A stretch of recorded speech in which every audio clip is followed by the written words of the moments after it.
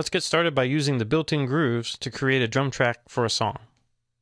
To begin, we need to choose a style of music that our drums will fit into. So let's say we're going to do some bebop.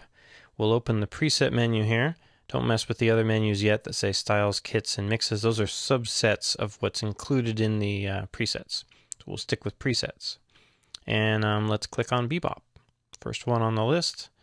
See, we're loading samples at the bottom. And now all the sounds, the playing style, and the mixing and processing decisions that go with the bebop style have all been loaded.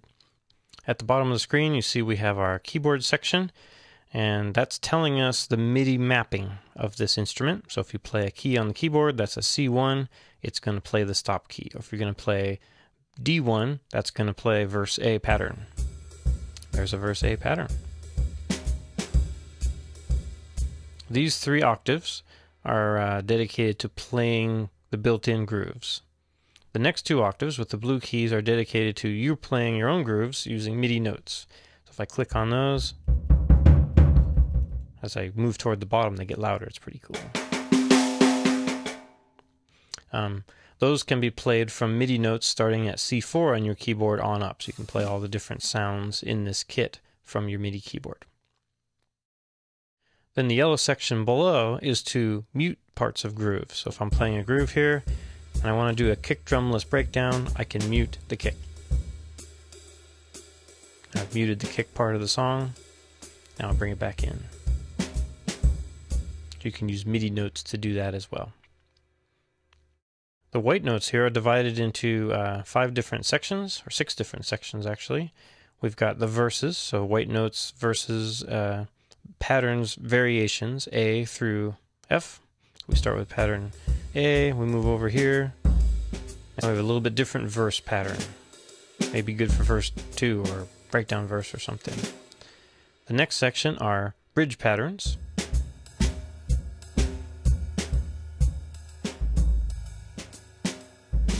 Pretty cool stuff. And then chorus patterns.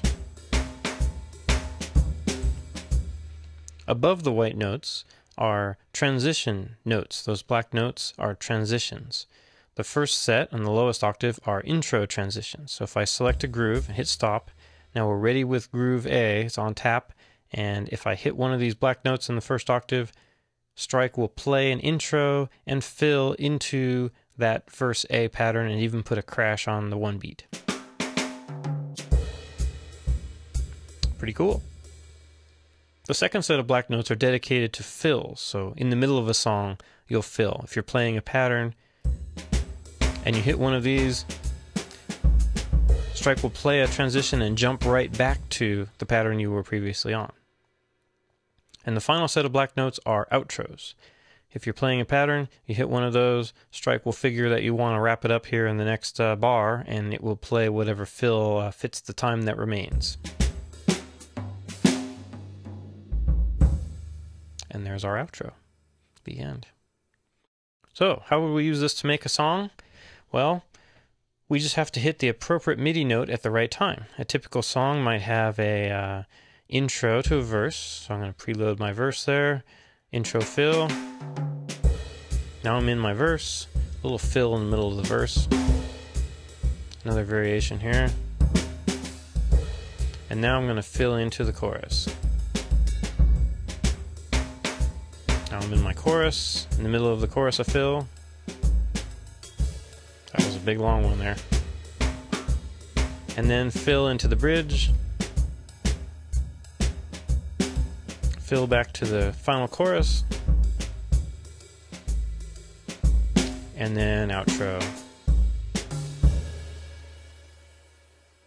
We just made a highly nuanced professional drum track from beginning to end.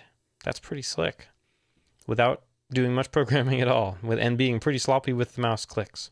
One thing we need to look at is underneath this wrench, so there's a configuration screen, and I want to be sloppy with my mouse clicking. I don't want to have to exactly click on the one, on the grid for the drum pattern to play in time, but there's times when you might want to shift that off of the beat. So the default settings let you have to be pretty tight on that timing, and I want to be sloppy. So I've changed the settings to this. Beat sync to the bar. I want my beat synced to 1, I don't want to get turned around where my 1's on the 2 on the grid. I want it always to be 1. So I've got that set to bar.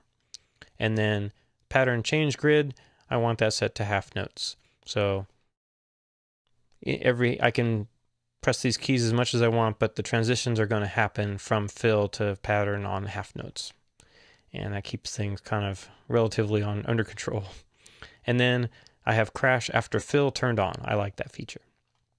Although you could manually add crashes here, with a MIDI note, which is nice to do too, but we'll let Strike add them in for us. All right, the only thing we didn't do that we need to do is we didn't record any of that. We just played that little drum track, by ourselves. We need to make a MIDI track that can play Strike and just do that what we exactly did. To demonstrate that, I've got a song loaded up, and it needs a different drum sound though. It's not a bebop song, it's more of a techno song. Sorry, you techno haters. And we're going to load the Chemical Beats drum sound here, and we will do the same thing we just did, hitting those black and white keys, except I'm going to do it from the Axiom 61 MIDI keyboard sitting next to me, and we're going to record them onto a track. We're done with Strike for now. I've got a MIDI track already created here.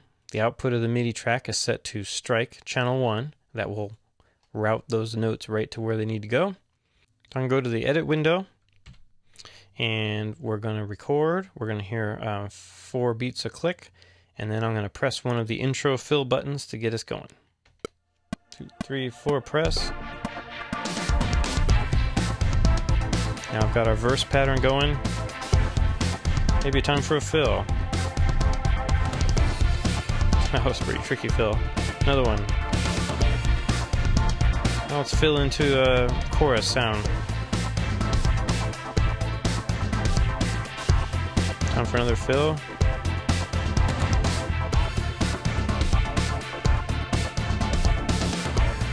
And time for an outro.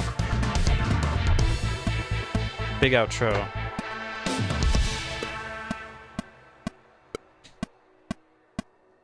Yeah, kind of a messy ending there, but you can see the MIDI notes that I hit, and they will replay the pattern. Once I've hit them, I can do a little bit of cleanup here.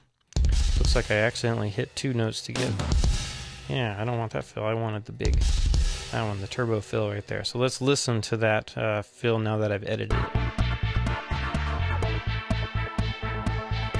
I got to start far enough back where I have a chorus MIDI trigger on the track, so it'll play Strike. There it comes.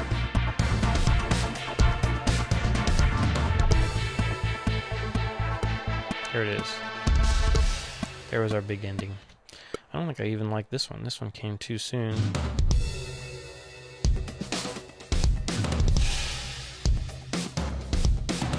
There we go.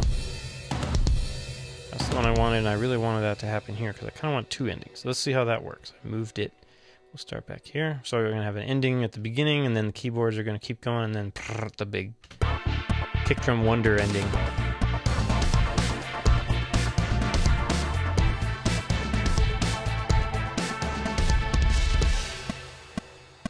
Interesting. This is where it gets, your editing gets a little bit tricky. I put this right on the beat. I'm in grid mode, and because that happened right on the beat, Strike said, oh, okay, he must want that to happen at the next bar transition, but at the next bar transition I had another outro, so I didn't give it enough time to react. I could go to slip mode and slip this little fill ahead a little bit. If you slip it out of time, just a little ahead, Strike will play as much of the fill as it can before ending on the beat, which is pretty cool. So it'll play a longer fill if you stretch out, or a shorter one, just do something really short. And let's listen to that.